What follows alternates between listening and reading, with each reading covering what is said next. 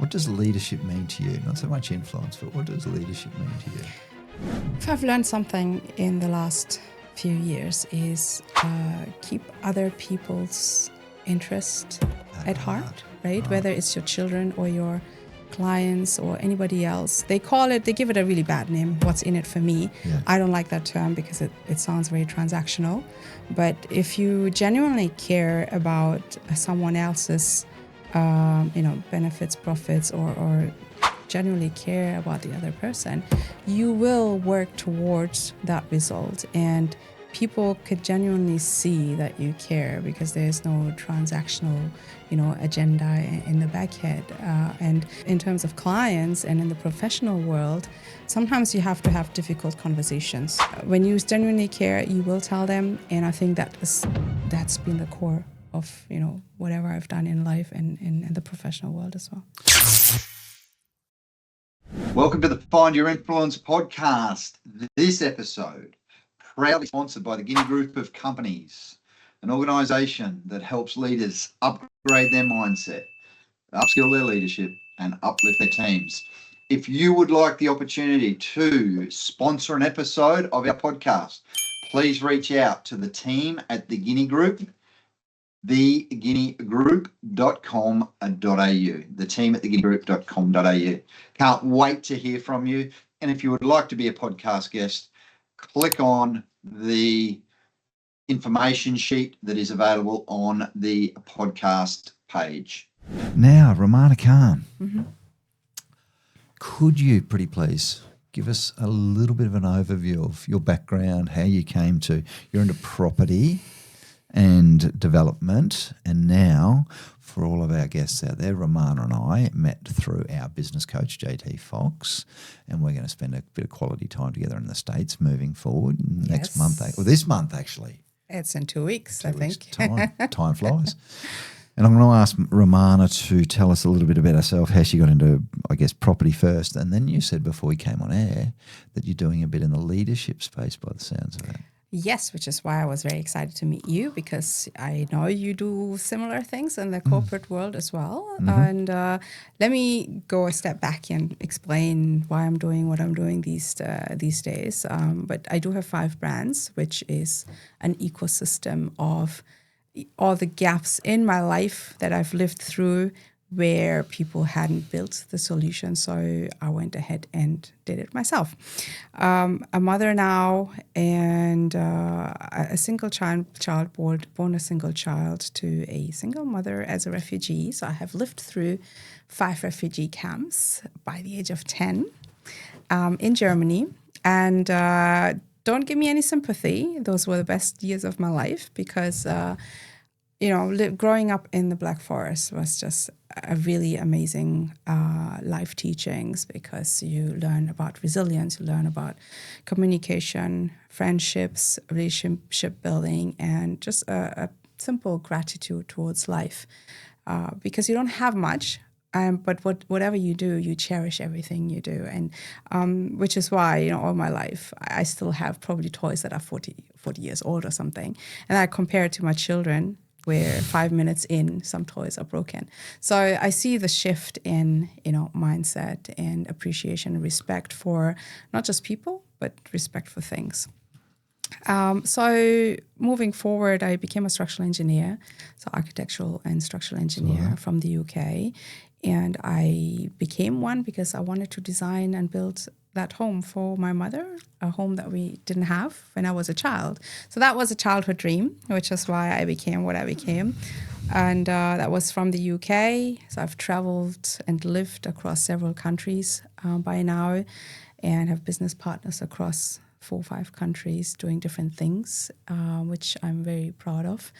So yes, so the 5 brands that I am focusing on, one is architectural design, engineering design, because of my training in that space. But doing property development is a natural sort of side product of my expertise in that space. And I did that because I wanted to be mortgage-free. So it was all about... You wanted to be what, sorry? Mortgage-free. So, the whole idea was being debt-free, creating wealth, not just for myself, for everybody else around me, and showing people how to use design and property development to manufacture that equity rather than buying real estate and waiting on it for 10 years to come and then hoping that it'll grow in value. So I don't like to wait. For me, it's more a more year of a short-term girl. Yes, and why not? If you can create Absolutely. the $300,000 in a Every 2 year, years. it's Yeah, a year. every year. That's more than enough for most people. But so that's what I do for myself, but I do that for my clients as well and show them how to do it. I have a team of architects and engineers in Australia and overseas. So that's one side. Now, why AI? I am a tech person. AI was something I was fascinated by, but I'd love to say I like to use AI for good. So I am using AI in the mental health space, so mental well-being space. I'm not a psychologist, so I'm not calling it psychology space, but it is to help children in particular when it comes to childhood trauma and going through difficulties, broken families, refugees, as in refugee children, anything that has to do with feeling safe in the mental space. Because why in childhood is because I see my children, they're 5 and 9, so I see a lot of gaps in the education system, right? Which is why the youth leadership coaching comes into place as well. So I'm basically creating brands that solve the problems. For me as a mother, for me as a child, as I was before, I wished this was available when I was young, because I grew up without a father as a single child on top of that, and in a foreign country. So you don't have that support, like family support, financial support, or even the fatherly guidance to understand what your capabilities are, what you can do in your future. So hats off to my mother, and in that regard, I mean, she raised me. She raised me with the values and resilience that I can now give back to my children and other people. Amazing. Beautifully put. I love how you're so on purpose. Oh, thank you. I love what you said. You create companies to solve problems that you've got to fix your life. I lived through it. So, I think at this stage now, I wished I had started earlier in my 20s. So the whole purpose now is to put the frameworks and structures together for younger, for teenagers, for youth, or even young entrepreneurs who need that guidance so that they can start their businesses a lot sooner than I did. Wow. Do you know, I've done 4 podcasts this afternoon. You're 3 that were raised by a single mum of 4 people I've had this afternoon. No way. True story. Isn't that crazy? Oh, meant to be. Meant to be. It's just, yeah. Everything's meant to be. You just met Robbie on the way out. We were talking about energy and manifestation. Very important. Very important. If you don't believe what you can do in life, then you're not going to be working towards it. Correct. Simple. Yep, self-efficacy we call that in psychology. The belief that you are capable of achieving the goals you set for yourself. Yeah. Love it. So, wow, great story. I'm going to say the biggest influence on your life has been mum. I would say so, like my mom, but especially my children also, because now that I am a mom myself, I think I see a lot in my children that I wished I had when I was a child. And, you see things very differently now that you're a mom yourself. So I think I haven't been a mum, but no, joking. You know what I'm saying? I know what you mean. Yes. So I think the last 2 brands, like they're called SciBuddy and Child CEO. So Child CEO is the youth leadership coaching program. SciBuddy is my emotional companion. Not launched yet, so you're probably the first one I'm telling. Oh, good. You heard it here first, team. Business launch on here, AI to help kids in need to just have a better life. What a great mission. It's also for adults. So And adults. It's for adults as well because, Right. you know, I mean, face it, people don't want to admit it, but We all need help. every day, yes, everyone needs help. And every day there can be small thing. You might have a fight with a shop owner. You might have a fight with your wife or husband, or your kids annoy you. It's about how you manage that situation and manage yourself, self-regulate. That's what I call it. So self-regulate your emotions. That's what I'm working on. And it's applicable to everybody. Whoa. And AI is going to help us self-regulate. There is a fine line between how much AI can help you, and it's not ChatGPT based because, you know, you have to be very careful with mental health and psychology. So the back end is, you know, structured and framed by experts.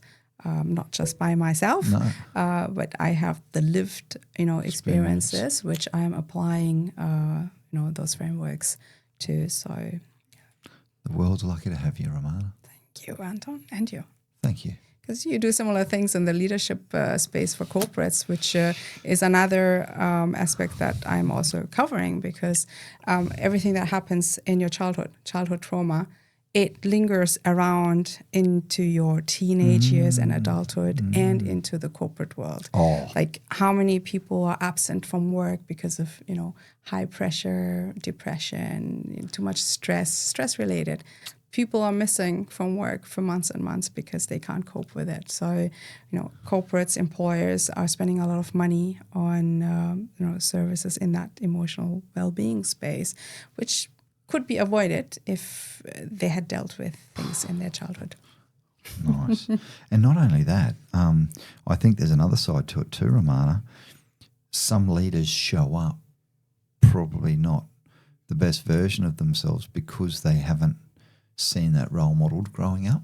Correct. Do you know what I mean? Yes, correct. It's not just the trauma for their teams, it's the trauma for themselves, and that shapes how they lead other humans. Absolutely, and I'll be speaking on that in Mega as well. Good. In a few weeks, because Great. I have looked at ancient and modern empires that were built on obviously IQ, but they failed because of the lack of EQ. Right? So it's all scientifically proven, and the pattern repeats again and again and again.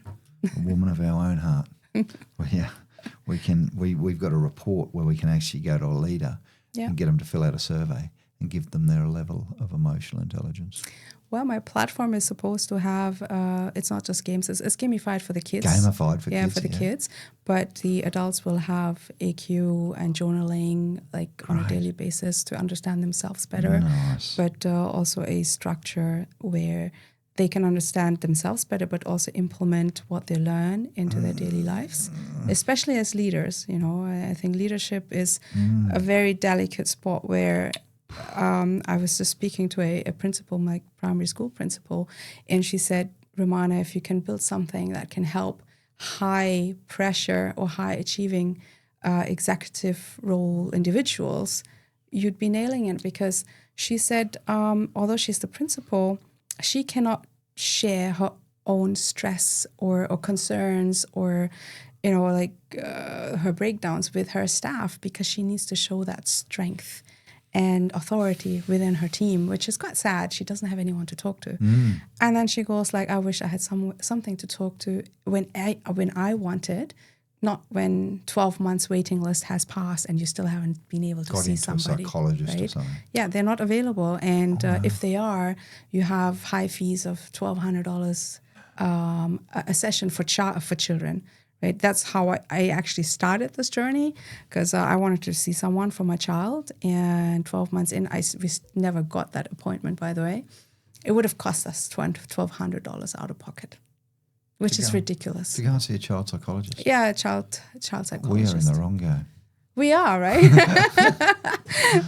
But, you know, sadly, we had the means to go overseas and see every expert on the planet to make sure that, you know, everything was all right. And luckily she was. But what I'm trying to say, why do people have to spend so much money, travel overseas, and then just find out that there's nothing wrong with the child, right? You want that assurance without having to wait and having to pay for the service as well. So there's certainly something broken in the government system. I agree. You know, yeah. I've had staff members where I've had to ring up and get them coaching or counselling or consulting or something, and you just can't get them in. You know, like in the end I rang a counsellor, mate, and I said, you need to drop everything in. And he did because it was me. Yeah. But that person would never have got into them, you know, Yeah. just by making a phone call. Yeah, exactly. And it's weird, isn't it? Like mental health's such a big deal and we've got no services. But you know, Anton, mental health has got so many names, right? So many names. And a lot of names I didn't even knew they existed. For example? So I ended up having postnatal depression after my second child. Of course. I was like angry all the time. Oh, and really? I thought, what's going on? Like, you know, This isn't me. This isn't me. And I was naturally letting it out on everyone at home. And I thought, no, something That's has not to a good way change to be. here. Right. I went to my GP and they had someone to talk to, like I guess a therapist, but I don't know how qualified she was. The problem though, after 3 sessions, I felt worse than I did before I saw her, which shouldn't be really the case. And it made me think why that was. And I realized she didn't understand my cultural background, my beliefs, how I operate in the house, my role in the house as a wife to my husband, how that whole dynamics is working in the house. And it just felt like she didn't have the solution to how I was feeling. So I felt worse. I stopped seeing her. Simple. And there was no one else available. Right. And I thought, you know what, rather than making it worse, I'd rather not see anyone.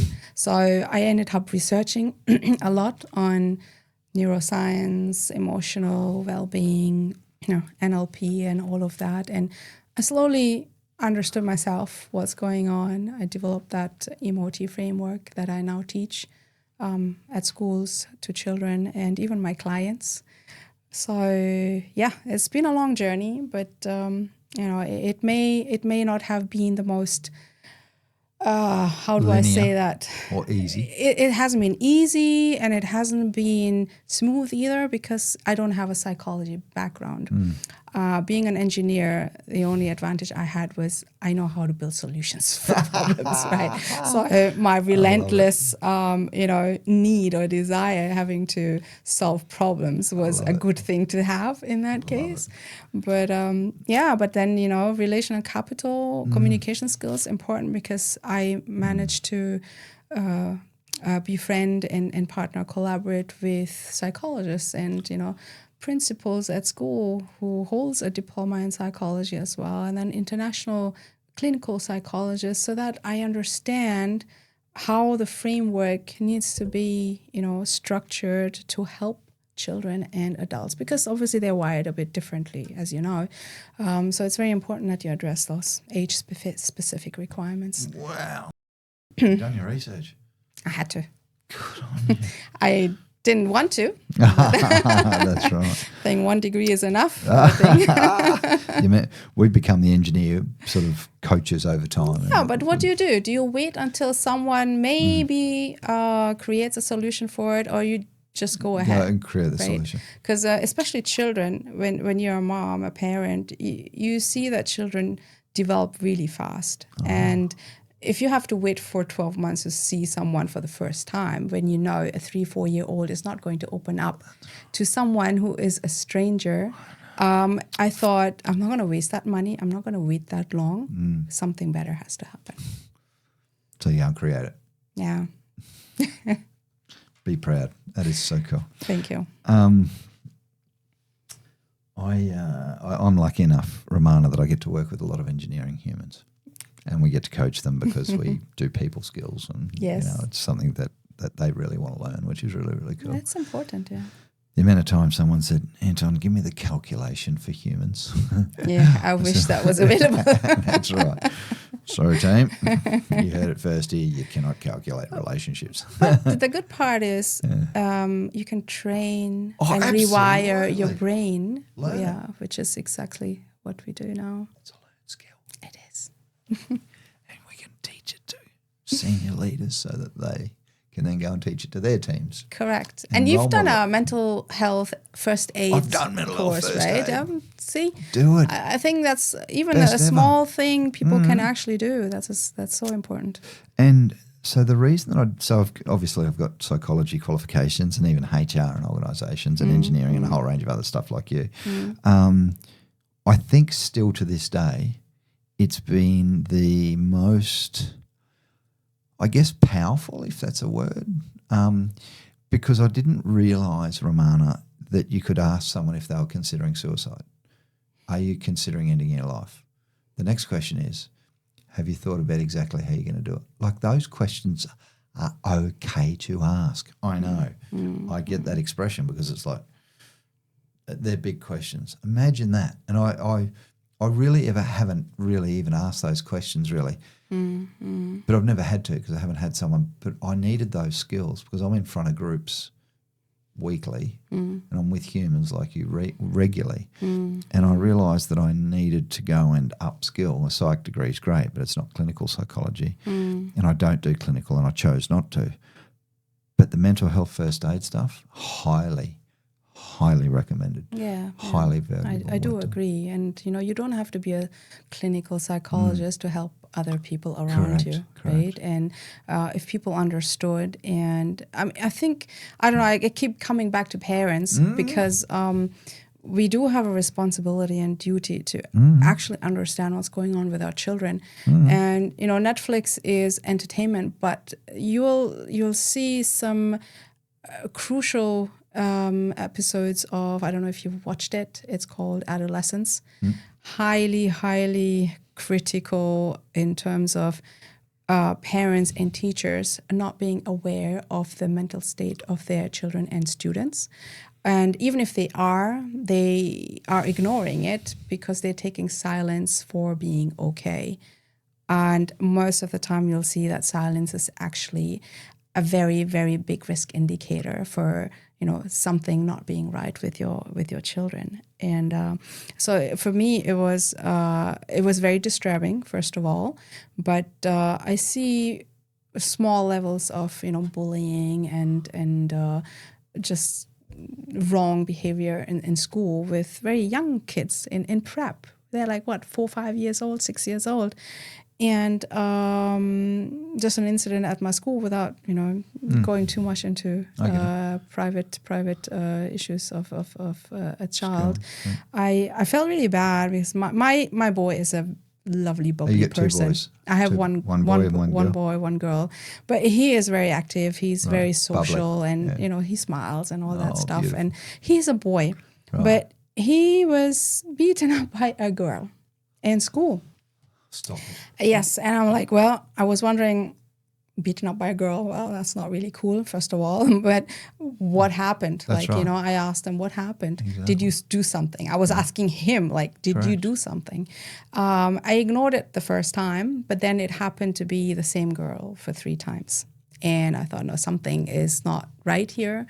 And I reached out to the teacher and the principal, and I found out that she actually has some serious issues at home that the parents are dealing with somehow. But I started observing the parent of that child more closely, and I saw she wasn't very there in the moment. Like I didn't see how do I say that, a connection between her and the child. I was seeing that the child was doing like what she shouldn't be doing and pushing boys and all that around. She was standing on the sideline and watching. So for me, right, I think coming back to the responsibility of parents, I think there is something that's not quite right at home that parents need to address, because it then influences and impacts everybody else around that child, and it goes into the school, into the class, and later on in life as well, right? She is very isolated at the moment, which she shouldn't be, but it is not really her fault, Anton. It's something that the parents should identify, like, why is this happening? And there is most certainly a solution for it. The most important job on planet Earth, Rumana, is parenting. Yes, exactly. The second most important is leadership, Exactly. because we've got people's lives in our hands. Yes. Same being a parent. Yes. Now, You use the word influence in there because parents have this responsibility to influence. If I asked you, Rumana, who's been the biggest influence, you're probably going to say mum, which is beautiful. One of them, yes. One of them. Yes. Have you had a professional influence? Is there someone that's influenced? Who influenced you to get into architecture or structural engineering? Well, that was me myself. I wanted to Me, build myself, that. and I. Yes, I wanted to build that house for my mum, but I was a child. But little did I know that I don't have to become an engineer to do build that. a house for mum. But at the time, I didn't know, and it was just stuck in my head that I wanted to do it. And for me, it was combining arts and maths because I loved those subjects at school. It just made perfect sense. Being an Indian. Indian background. I never really grew up in India, but there was a cultural pressure. You know, you become a lawyer, an engineer, or a doctor. You have these three options. So Right. yes, and it's predominantly still the case. I think even in that whole Asian subcontinent is pretty much like that. Doctor, lawyer, Engineer, lawyer. Right. Yes. I didn't know that. See, I don't know your culture well enough, which is just... That's all right. Well, I didn't quite know myself either then because I was the only Indian brown-skinned person in my whole England, town. in UK. I grew up in Germany. Germany, is Yes, it? Sorry. but in the UK we had many. But yeah, Germany was quite an experience where you feel German, you don't look German, and you don't get treated German either. Right, but I wasn't Indian either. I never grew up in India, so it is a little bit of an identity crisis that you have to go through. But as I said, having grown up in the refugee camps as a child of color, I learned how to respect other cultures, how to adapt and adopt the right parts of those cultures, and mind you, I think by 10 you have a global mindset to understand. By 10? That you're more than just, a person in a grand scale of things. So I have seen a lot by 10, yes. What an experience, eh? What an influential experience. Well, coming back to your question, I think, mom was obviously the very first. My dad was in a negative way, or maybe positive, I would say. He left us, abandoned us when I was 4. But because he did, we had the freedom to, develop and evolve as more than just mom and daughter. We were best friends and still are to date. So, today I live in a mansion. My mom lives with me, with my children and my husband. So BFFs. Never abandon your mother because a big part of her is obviously in me. But influence-wise, professionally, my first director, I would say, he put me through, I would say, hell when, as a graduate, in my first year, in fact, I was thrown into doing projects as a lead engineer, which as a graduate. Yeah, I was 1 year into my career, and it was tough, but I loved it because I got into software auditing. Actually, I was auditing software, making sure that the output was as expected. Correct. Yes, learning engineering from first principles, and that really helped me to apply those skills also in life. Go back to first principles, right? If something's not working or broken, go back to the roots and fix it at the roots rather than trying to root cause do analysis. a bad job at it. Yeah, so that was that. But professionally, I would say everyone that has been close to me, the influence has been such that I started seeing myself through the eyes of others. And I would say every client in my life that's stuck in my life, like long-term relationships is what I believe in, they tell you things, they give you feedback that you wouldn't expect. So there was one particular client, his name is Simon. I never did any transactional business with him. He's known me for 5 years, and he called me up a few weeks ago, actually, out of the blue, and I felt bad that I had to return 2 days later because I was just really busy. But he said, I know you're really busy, but I just wanted to let you know that every advice you've given me was, so impartial. You never asked for anything in return, and I really appreciate the fact that I knew that my interests were always pure and at heart, and you never asked for anything in return. And sometimes that alone for me is, I see myself through his eyes that way. And when someone tells you that, you just know that you're doing something right in, whether it's life or whether it's business. Wow. And you've influenced Simon without even knowing it. Yep, he's thinking of doing all the investments that I have advised him to finally, rather than sitting on gold mines doing nothing. Right. Being inactive with his money. He's a safe investor. He's safe. He's a safe investor. I love that. I love that reframe. A safe investor. Now, that is just such a beautiful storytelling. What does leadership mean to you? Not so much influence, but what does leadership mean to you? If I've learned something in the last few years is keep other people's interest at heart, right? Whether it's your children or your clients or anybody else. They give it a really bad name, what's in it for me. Yeah. I don't like that term because it sounds very transactional.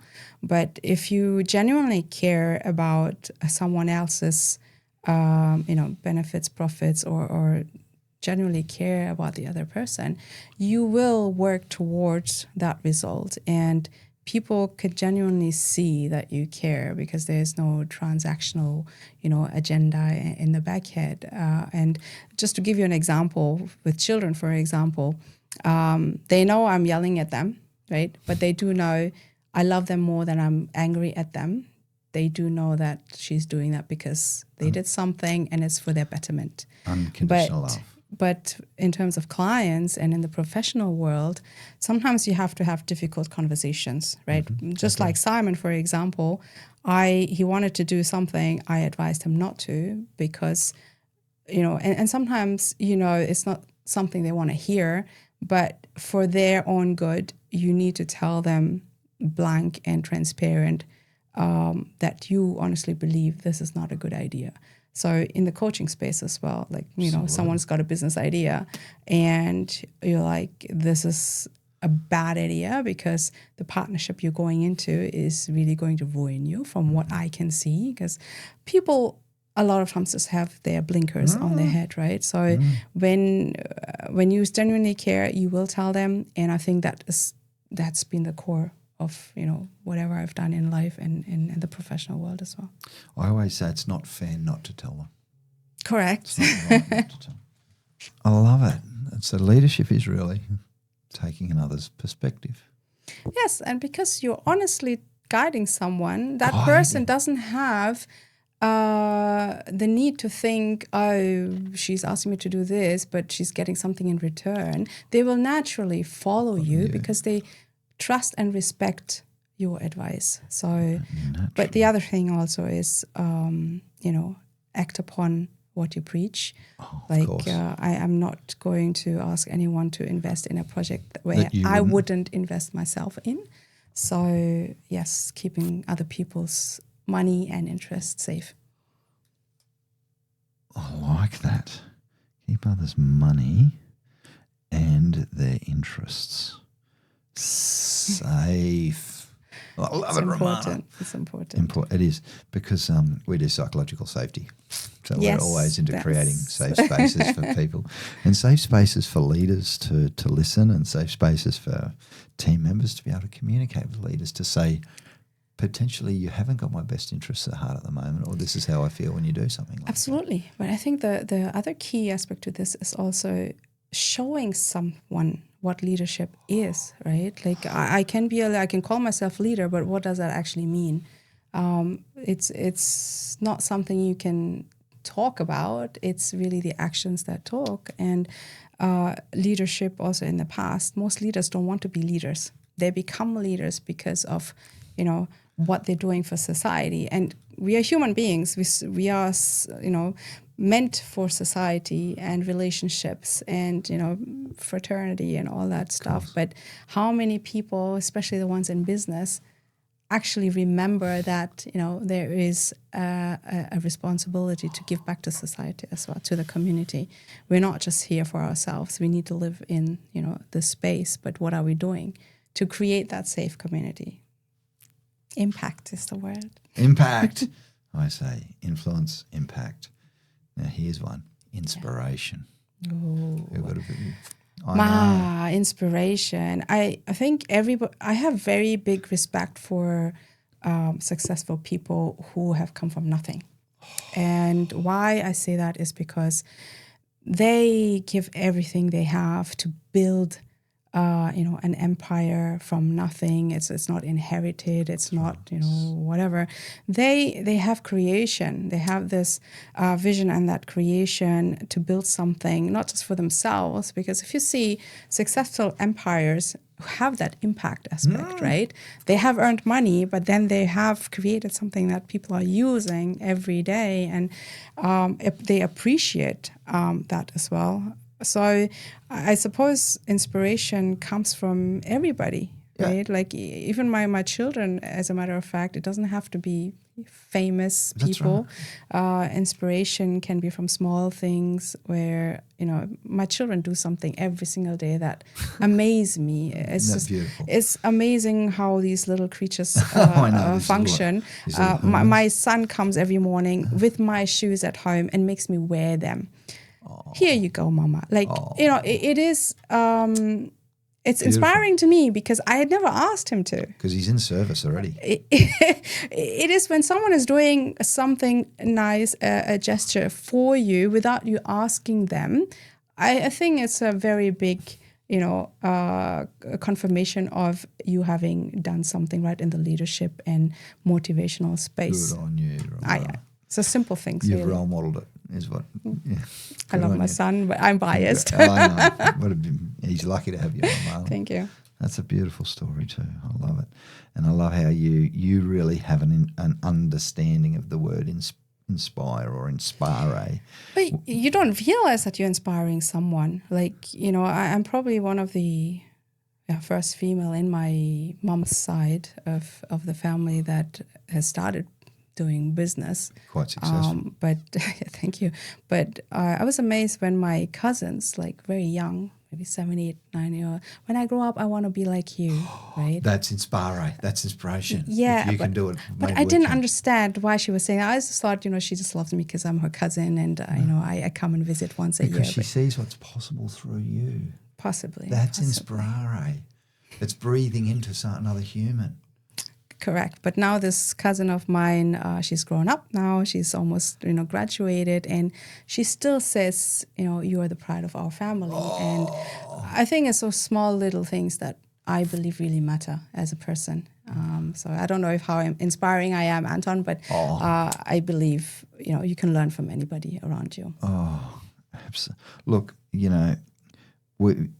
I don't know why, and that's why I say this word with trepidation, because everyone says, I don't want to be an inspiration. I want to be an inspiration. I hope someone looks at me because I don't feel that there's too many, maybe they do or they don't. And again, there's this humbleness of Australians because we don't want to apologize. Yes. But I hope that there's some young punk out there who's just got expelled from school or nearly died at work like I did, or who has had really crap leaders, but goes, right, there's the example. There's someone who's done something differently that I could have, or gone into business. Yes. If you can do it, maybe I can. Absolutely you can. Absolutely. And that's why my childhood was so important, Anton, because I escaped the whole conformity pressure, right? I didn't have the pressure of conformity. I was free to evolve into someone I wanted to be. Nice. And that is something that I guess children in our society these days don't really get at schools, which is, high five to parents that homeschool their children because they're taking, it seriously and they're taking it into their hands. But I love that. I escaped conformity. Because you don't realize until you grow up, I know. I didn't realise till now. I was today old when I realised that conformity is such a big part of our life. Well, it is, right? You're at school, and that's why Child CEO exists, because you need to teach children based on their capabilities, their understanding, their, even their desires. Someone who is quiet in school and not participating, for example, could be a brilliant singer of some sort. I'm just giving you an example. But they do not how do I say that, nurture different skills in those children, because they have this conformity in school. Everyone has to do the same curriculum. Everyone has to get to a certain level, right? I mean, Albert Einstein failed his maths exams, as everyone knows, right? And I grew up in his hometown where he was born. No. But doesn't mean I get his IQ. It's rubbed off on you. I wish it had. I wish it had. I've never met anyone who, see, this is a day of firsts. In Ulm, yes. Ulm, In what Germany. town? It's ULM, Ulm. Yes. Holy, you learn something new every day, Rumana Khan. Thank you so much. Thanks for being so educational today as well. You're amazing. Thank you. Rumana Khan, just a beautiful story and just beautiful messages. Escape conformity. Now, the big question. Big, how big? Very big. If you're me, if you're Anton Guinea. Yes. And you had a podcast. Yes. It was very unique. On influence. There is no other podcast on influence on Spotify. How do I know? Because I've Googled it.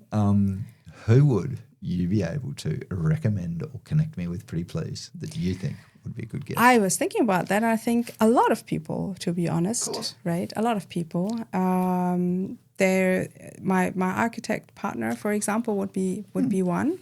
And why I believe he is an amazing person himself as well. In terms of influence, leadership, I think he has a lot to share how he manages his team of architects overseas, right? Remote management of teams, how he does it, how he still manages his family here. And I mean, I live in Victoria, he lives in Queensland, so we are partners in business away from each other as well.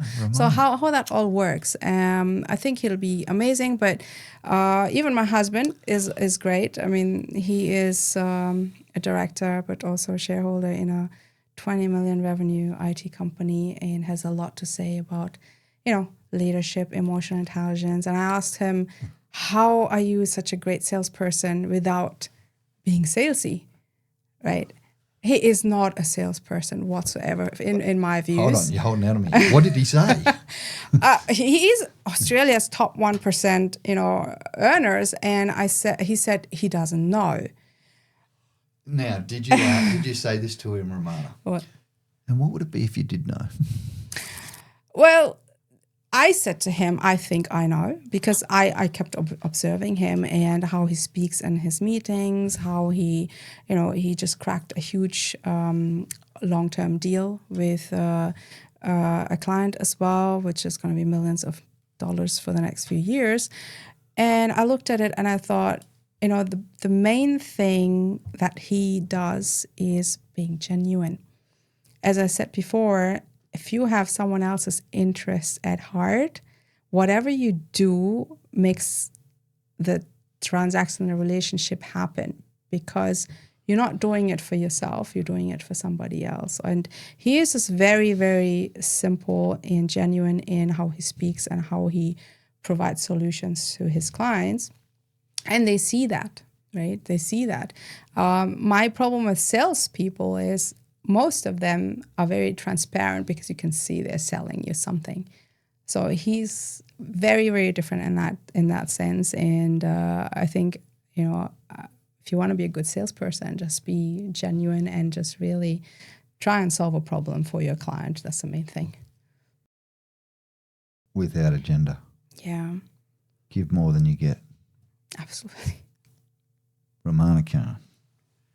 Oh, we're 2 minutes over time? I am so on time usually. Rumana, how could we be on time when you've got so much information to share? Oh, it was lovely to be here, Anton. I really enjoyed it. You're amazing. You never know who's going to walk through the door, and I haven't met you before. No. I could see you online, could see how participative you are and how much you give to others. So I'm so glad that you agreed to come. I would love to learn more about you as well, Anton, because I think you are in the right space, trying to help the leadership in corporate businesses, because it's very important. I mean, I wished I had someone to just provide that assistance when I was in corporate. As you know, it can be very toxic at times. I was never lonely. I had lots of friends, but it can be lonely in the leadership space, right? Yeah, where there's expectations, but then there's pressure, and no one really cares what's going on in your personal life. Right. Yeah. Thank you. And just tell everyone in the world that, will you, that they need a good leadership coach. Mind you, I'll send them to Anton. please. Thank you, Rumana. Thank you. Thank you. and Thanks we so will much. Thanks for listening. We just had an amazing guest on to another amazing podcast of Find Your Influence. My name's Anton, Guinea, and for 20 years I have been sitting, working with, training, coaching and consulting leaders at all levels of organisations. I have coached Gen Z leaders right through to baby boomer leaders. I've done 1,500 one-on-one leadership coaching sessions. My mission on this planet is to help leaders create high-performing and psychologically safe teams. If you want to upgrade your leadership, upskill your teams, or upskill your leadership, please reach out. You can get me at anton@theguineagroup.com.au. Please tune into our next episode. These podcast chats are amazing. The value and the information that you get will help you be more influential and help you be a better leader.